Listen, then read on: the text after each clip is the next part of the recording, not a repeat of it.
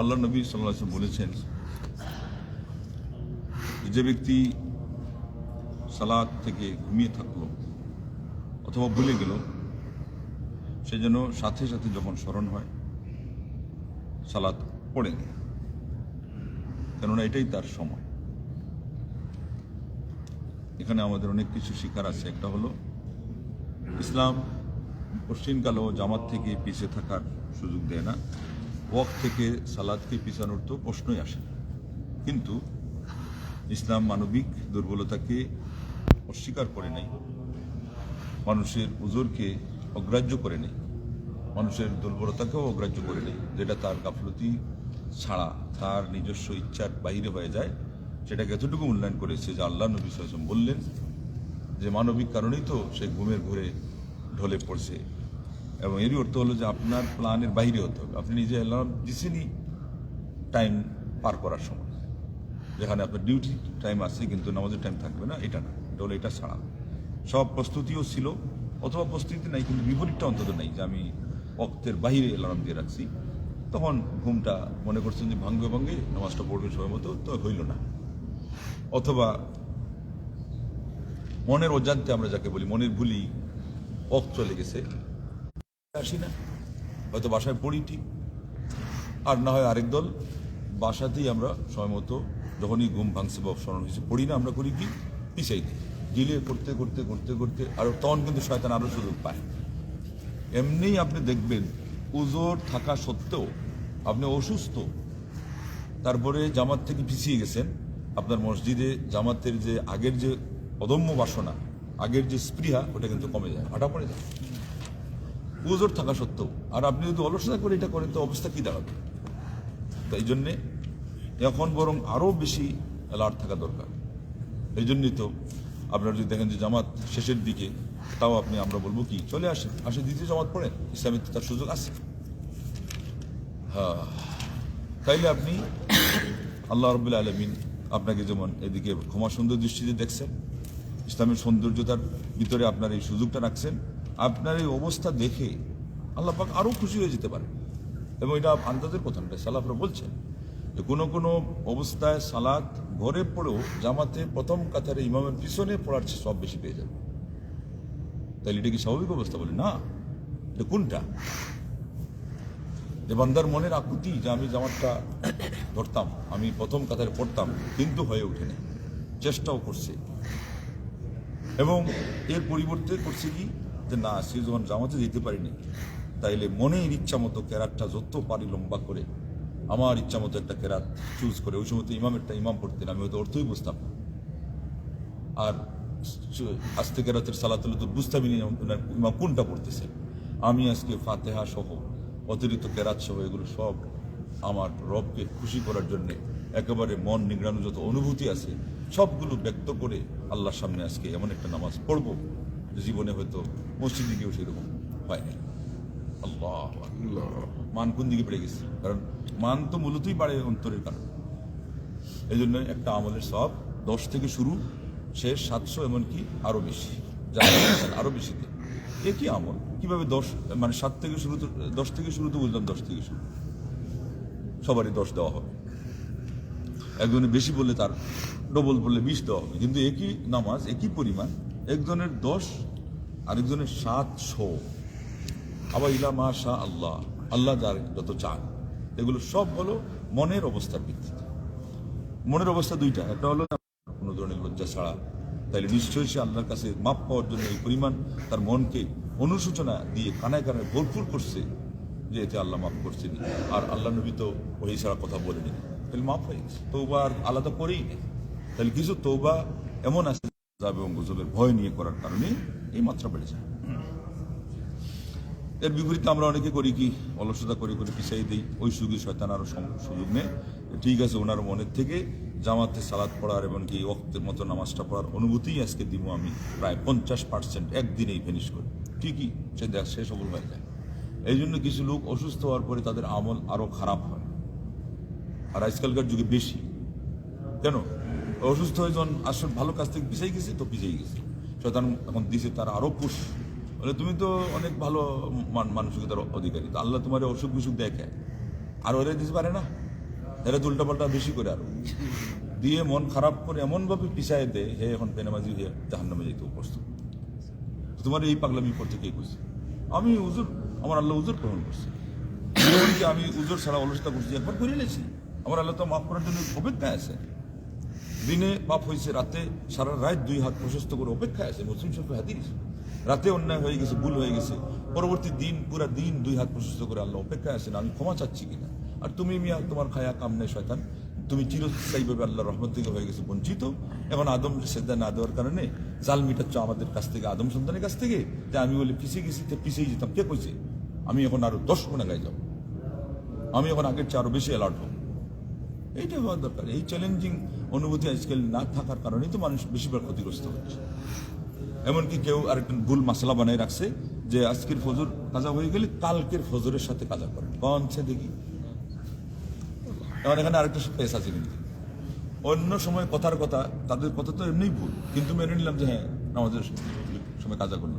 ফজরের সালাতের মধ্যে আর আসরের সালাতের মধ্যে টাইমের ভিতরে ওই সালাত ছাড়া অন্য কোনো সালাত পড়া যায় নাই। তো তুমি এখানে ঢুকাইছো কি? কাজা হয়েছে তাহলে আগে বরং ফজর কাজা হয়েছে জোহরের আগে করুক। আর এখন আমরা যেটা বলছি সেটা খালি জোহরের আগে না, জোহর পর্যন্ত অপেক্ষা করতেও মানা। হাদিস বলছে যখনই তার প্রস্তুতি হয়ে গেছে, হয়তো ফরজ গোসল ঠান্ডার কারণে পানি পাচ্ছে না, গরম পানিও নেই, তাই এমন করার মতো ওইরকম না যে শরীর সুস্থ আছে, একটু দেরি হলে গরম পানি করে গোসল করে, বা ঠান্ডা পানি হলো এখন সূর্যের কিরণ ছড়িয়ে গেছে, হ্যাঁ, তো আমরা বলবো যে এই সময়টাই নাও। এটাই হলো শক্তিশালী এবং সঠিক মাসালা। এই জন্যে এই শুভ কাজের দেরি নেই, আমরা এখানেও ফিট করবো। শুভ কাজ করতে দেরি করবো কেন? এমনি এটা হয়ে গেছে ডিলে, তা আল্লাহ রাব্বুল আলামিন সুযোগ দিয়েছেন, আপনি আবার নিজের থেকে এটাকে আরো পিছিয়ে কেন ক্ষতিগ্রস্ত হচ্ছেন? মাসলা হলো এটা। এরপরে প্রশ্ন হলো যে এই যে দেরি করা হলো, এটা কি কোনো গুনাহ আছে কিনা? উত্তর গুনাহ আছে। এটা এমন শুভ কাজে দেরি করছেন যে আপনার গুনাহ হচ্ছেই। ধরে নেন যে 8টায় ঘুম ভাঙছে ফজরে, অথবা জোহরের সময় কোনো কারণে ঘুমাই পড়ছেন, ডিউটি থেকে আসছেন, ভাঙছে। এখনকার তো 12:15টায় আজান হয়ে যায়, 12টার দিকে জমাত হয়ে যায়, আপনি 12:30টায় ঘুম ভাঙছেন, আপনি যখন একটা পিছিয়ে দিচ্ছেন, আধা ঘন্টা খালি গুণা আর গুণা। 1.5টা পিছিয়েছেন, পুরো 1 ঘন্টা গুণা। 2টা পর্যন্ত নিয়ে গেছে আপনার 1.5 ঘন্টা গুণা। 2:30টা পর্যন্ত আসর মধ্যে আনছেন, আপনার 2 ঘন্টা পুরা খালি গুণা আর নামাজ পিছানোর গুণা। লা হাওলা ওয়ালা কুওয়াতা ইল্লা বিল্লাহ। আজকে এটার সাথে আরেকটা মাসালা বোনাস, এটা বলে শেষ করে দেবো। ওটার হলে ভূমিকা হবে, এটার দালিলিক কথা অনেক জটিল এবং লম্বা, কিন্তু পয়েন্ট আউট করলে ফায়দা হবে অনেক মানুষের, যারা জামাতে সালাত পড়ে না। আমাদের একজন বলে রাখছে যে কোনো মসজিদে যদি ইমাম সাহেব দেরিতে সালাত পড়েন বা জামাতের আয়োজন দেরিতে হয়, তাহলে ওদের সাথে অংশ না নিয়ে আপনি একাই ঘরে আউয়াল ওয়াক্তে সালাত পড়ে নেন। এই মাসআলা ক্রস, এটা ভুল। জি এই মাসআলা ভুল। বরং জামাতে সালাত দেরিতে হলেও আপনার জন্য পড়তেই হবে। জামাতে অংশগ্রহণ করা ওয়াজিব, হকপন্থী আলিমদের হক ভিত্তিক মাসআলা, দলিল ভিত্তিক, যে জামাতে অংশ নেওয়া হলো ওয়াজিব। শরঈ কোনো উযর ছাড়া অন্ধ সাহাবীকে আল্লাহ নবী সাল্লাল্লাহু আলাইহি ওয়াসাল্লাম অনুমতি দেন নাই। তার মানে যার কানে আওয়াজ পৌঁছায় তাকে সেখানে গিয়ে হাজিরা দিতেই হবে। আওয়াজ পৌঁছায় কত দূর? 3 মাইল পর্যন্ত পৌঁছায়, বিশেষ করে আজকাল মাইকের যুগে 3 মাইল। এমনকি ওই সময় ফারসাক বলা হয়েছে, 1 ফারসাক খালি মাঠ ছিল, খালি গলায় আমরা যাকে বলি, হয়তো বা মিনারে উঠে দেওয়া হয়তো। 3 মাইল, 3 মাইল মানে প্রায় 5 কিলোমিটার পৌঁছতেই পারে। এই জন্যে এখন আপনি বলবেন যে আমার এখানে শুনি নাই, মাইক ছিল না, তো আপনি এখন ওই 3 মাইল ধরবেন, এরা ধ্বংসশীল। আর জায়গায় বলছেন যে 3 জন মানুষ যেই অঞ্চলে থাকে, যেই পাড়ায় থাকে, আর তারা জামাতের সালাত পড়ে না, ইল্লাস্তাহওয়াযা আলাইহিমুশ শাইতান, তাদের ঘাড়ে শয়তান আরোহণ করে চড়ে। তখন আল্লাহ নবী সাল্লাল্লাহু আলাইহি ওয়াসাল্লাম কথা বলছেন যে এই সময় এই পরিস্থিতি দেখা দিলে তোমরা সময় মতো নামাজ পড়ে নিবা, আবার ওদের সাথে অংশ নিবা, কেননা ফিতনার ভয় আছে। তারা যদি বলে যে আমাদের আনুগত্য কেন করছো না, ওটা হলো শাস্তি এবং ফিতনার ভয়ের কারণে, এবং এটা হয়ে যাবে নফল। যে কোনো পর্যায়ে সালাত আপনি যদি পড়ে ফেলেন একবার, আপনার ফরজ আদায় হয়ে গেছে, যেটা আদায় হওয়ার মতো যদি হয়। এরপরে আপনি যদি মক্কার মসজিদে গিয়েও জামাত ধরেন, এটা হবে কি নফল। এটা কি হবে? দ্বিতীয়বার যেটা পড়বেন এটা নফল। আল্লাহু আকবার। তো এখন আপনি জামাতে গিয়ে নফল পড়বেন আর আগে পড়ে ফেলবেন ফরজটা, হবে না। এটা আরেকটা যুক্তি আপনার সামনেও, যে আমার এরপরে গিয়ে জামাতে অংশ নিবে, এটা তো হচ্ছে নফল। আর এখানে আল্লাহ নবী বলছেন সময় থেকে পার করার পর, আর আমি সময়ের ভিতরে গিয়ে নফল পড়বো, আর এইদিকে সময়ের ভিতরে একা পড়বো। একা সালাতের যে 2 জন পড়লে আল্লাহ নবী বলছেন এটা উত্তম। আর জামে মসজিদ দিকে পড়লে 25, আর এক হাদিসে 27, আর ওক্তিয়া মসজিদে একটা হাদিস অনুযায়ী 14 গুণ সালাত এর ফজিলত আছে। ততএব সালাতের খুঁটিনাটি মাসআলা মাসাইল এগুলো আমাদের অনেকেরই জানা নাই, অনেকের জানা থাকলেও আমরা আমলে আনি না। এখন আরেকটা হলো আজকে যেটা দেখা গেছিল, আসরের সালাতের সময় 3 থেকে 4 জন অপেক্ষায় আছে, ইমাম সেজদায় চলে গেছে, ওনারা খালি অপেক্ষা করছে। আমি বললাম যান না, সেজদা তাকবীর দিয়ে সেজদায় যান। পরে যেতে যেতে ইমাম সব উঠে গেছে। এই লালটা মাসালা কি? এটা হলো শেষের শেষ, আর কোনো কথা বলা যাবে না। আপনি যখন জামাতের জন্য মসজিদে এসে গেছেন, আইসা দেখছেন যে রুকু পার হয়ে গেছে, তাকে আপনি খালি অপেক্ষা করবেন? এমনি খালি হাত গোটানোর চেষ্টা করতেছে, এই করতেছে, তাকাচ্ছে, এই করতেছে, ইমাম উঠে না কেন? এত কষ্ট আপনার কেন? কষ্টটা বরং এই জায়গাতে হওয়া দরকার ছিল যে আমি এসে গেছি, দাঁড়িয়ে আছি, আমার কোন শয়তান আটকায় রাখবে? এটা তো শয়তান আটকায় রাখছে আপনাকে। আর আরেকটা হলো মূর্খতা, আরেকটা হলো স্বার্থ, যে না রাকাতের হিসাব যখন পাইলামই না, রুকু যখন পাই নাই, তো রাকাত তো হইল না, তাইলে আর এই গিয়ে লাভ কি? আস্তাগফিরুল্লাহ। আপনি এখানে নামাজের মূল্য দিলেন। কিয়ামতের দিন হতে পারে এই সেজদাটা, যেটা হলো আপনার হিসাবের বাইরে থাকার কারণেও আপনি দিচ্ছেন, এইটাই হতো সারা জীবনের সমস্ত আমলের মধ্যে বের করে বাছাই করে আল্লাহর কাছে পছন্দ হবে, ওইটার কারণে আল্লাহ আপনাকে মাপ দিয়ে দিবেন। আপনি জানেন এরকম অনেক ঘটনা দেখা গেছে, হাদিস কোরআনে ইঙ্গিতে আছে, কোনোটা স্পষ্ট আছে, আর বাস্তব ঘটনা এরকম অনেক ঘটছে। স্বপ্নে তার পরবর্তী লোকজন যেটা সত্য স্বপ্ন, এটাতে তারা দেখছেন যে তাকে ওই আমল দিয়ে আল্লাহ মাপ দিয়েছেন, যেটা কোনো ফরজও ছিল না, যেটাতে তার চিন্তাই ছিল না যে আল্লাহ এটা দিয়ে তারা উদ্ধার করবেন, আল্লাহ উঠে দিয়ে তাকে উদ্ধার করে দিয়েছে। আর এমন কিছু কাম দিয়ে আল্লাহ পাকড়াও করছেন যেটাতে সে ভুলেও ভাবতে পারে নাই যে হ্যাঁ এটা তো আমি মারাত্মক কোনো একটা ভুল ইচ্ছা করে করিনি, কিন্তু আল্লাহর কাছে পাকড়াও বের হয়ে গেছে, ওইটার কারণে আল্লাহ তাকে পাকড়াও করে। হাদিস আসছে এরকম, যেমন কথা খালি মুখ থেকে বের হবে যে আল্লাহ রাব্বুল আলামিনের সাথে কিয়ামত পর্যন্ত সাক্ষাৎ করা পর্যন্ত আল্লাহ তার উপরে আর কোনোদিন রাজি খুশি হবেন না, ওরে আল্লাহ তার রাগের তালিকায় রাখিয়ে দেবেন, ও না অসন্তুষ্টির তালিকায়। তো ওই কথা কেন বলবো? ওর মুখ থেকে কেন ওই কথা বলবো?